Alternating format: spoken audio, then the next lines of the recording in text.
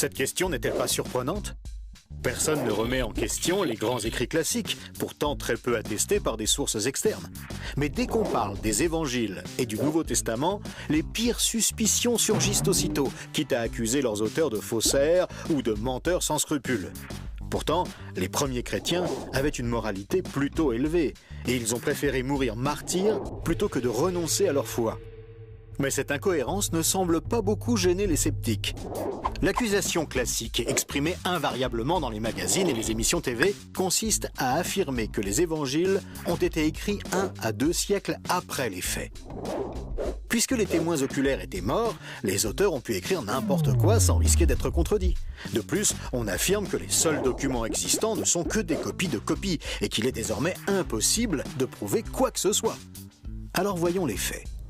Il est vrai que les 2 codex principaux que nous possédons, le Vaticanus qui reproduit presque toute la Bible et le Sinaiticus qui contient le Nouveau Testament, datent du milieu du IVe siècle, soit 250 à 300 ans après les faits. Comparé aux autres écrits antiques, c'est déjà exceptionnel puisque la plupart des écrits anciens ne nous sont connus que par des copies écrites entre 400 et 1400 ans après les originaux. La poésie d'Aristote, écrite vers 340 avant Jésus-Christ, n'est connue que par 5 copies dont la plus ancienne date du Moyen Âge, soit 1400 ans après l'original. La guerre des Gaules de Jules César nous est parvenue par une dizaine de copies qui datent de plus de 1000 ans après l'original. En comparaison, les copies du Nouveau Testament sont donc relativement proches des originaux. Mais la première grande différence, absolument énorme et unique, entre le Nouveau Testament et tous les autres écrits de l'humanité, c'est le nombre de copies que nous en avons.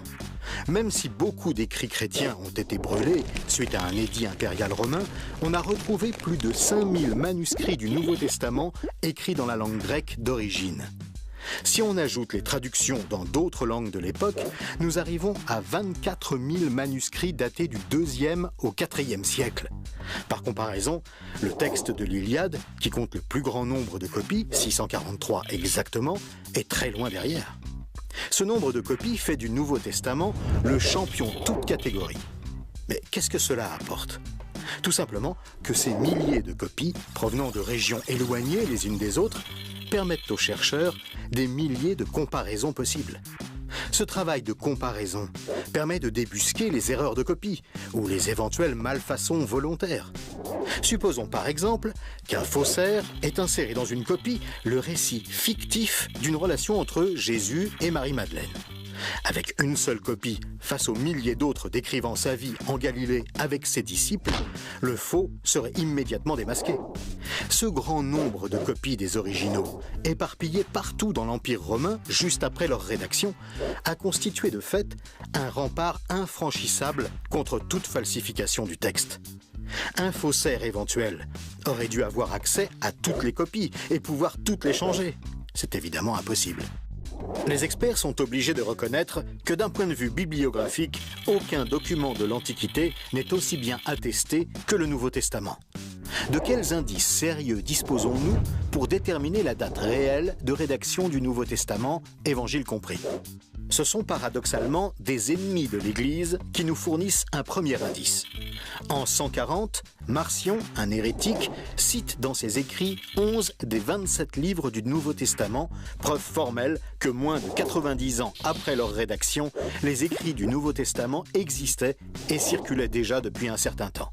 Second indice, Polycarpe, un disciple de l'apôtre Jean, un homme qui a donc côtoyé personnellement un des 12 apôtres de Jésus, a rédigé une lettre aux croyants de la ville de Philippe dans laquelle il mentionne la totalité des 27 livres du Nouveau Testament. Puisque cette lettre a été rédigée entre 110 et 135, cela prouve que la totalité des évangiles et des lettres étaient déjà rédigées depuis un certain temps, donc très probablement au 1er siècle. Encore plus tôt, en 96, Clément de Rome cite dans une de ses lettres l'évangile de Matthieu, l'évangile de Jean et la première lettre de Paul aux Corinthiens. Nous sommes donc certains que ces évangiles existaient obligatoirement avant. De plus, et c'est capital, cela prouve que le Nouveau Testament a été rédigé à une époque où les témoins oculaires des faits étaient encore en vie. Ce qui dément donc de façon absolue l'hypothèse des ajouts légendaires tardifs. Nous sommes en face de textes attestés et de récits authentiques. On pourrait encore mentionner l'existence de 36 000 fragments qui citent tel ou tel passage du Nouveau Testament. Les chercheurs ont établi que même si on avait perdu totalement le Nouveau Testament, on pourrait quasiment le reconstituer uniquement à l'aide des milliers de citations contenues dans ces fragments de lettres et de commentaires. On a même retrouvé des fragments d'évangiles très anciens comme le papyrus P52 retrouvé en Égypte qui comporte quelques versets de l'évangile de Jean et date de 125. Donc une copie de l'évangile d'à peine 30 ans après l'original. L'archéologue William Albright a conclu de tous ces éléments que le Nouveau Testament a été écrit très probablement à une époque se situant entre 50 et 75. Et John Robinson, un expert de Cambridge, estime même que la plus grande partie du Nouveau Testament a été rédigée entre 40 et 65. Puisque Jésus a été crucifié en l'an 30, ce sont effectivement des témoins de première main qui ont rapporté ce qu'ils ont vu et vécu.